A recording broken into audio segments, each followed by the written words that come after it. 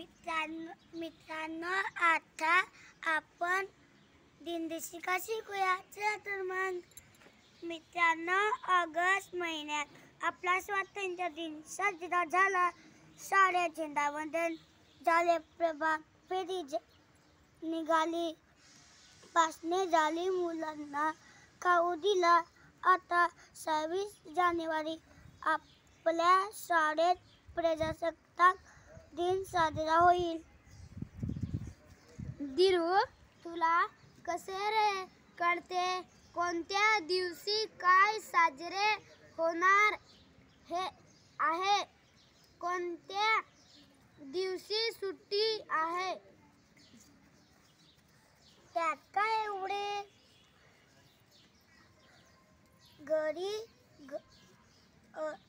घरी दिनदर्शिका असते ना, त्यात सर्व माहिती दिलेली असते. काय माहिती असते?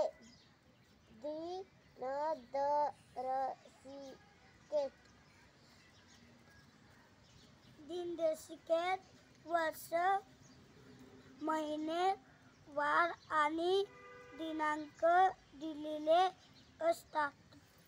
आणखी काय बरे असते? विविध सण उत्सव दिलेले असतात. थोर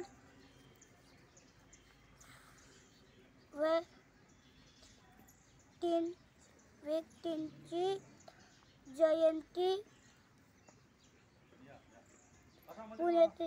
पुण्यतिथी असे दिनविशेष दिलेले असतात. दिनू, तुला तर फारच माहिती आहे रे. हो, मी रोज सकाळी दिनदर्शिका वाचतो, मगच शाळेत येतो.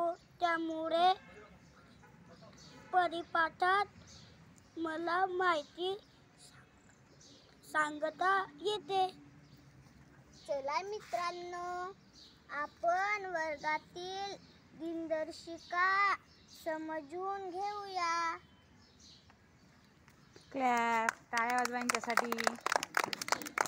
समजली तुम्हाला दिनदर्शिकेत काय काय असतं ते समजलं? काय काय असतं बरं? महिने, अजून वार, दिनांक आणि सण असतात की नाही वेगवेगळे दिलेले. Very good. मग आता सगळ्यांनी काय करायचं आहे? संध्याकाळी दिनदर्शिका घेऊन बघायचं आहे. त्यामध्ये काय काय आहे बघतील ना? आणि उद्या मला सांगायचंय. सांगणार तुम्ही सगळे?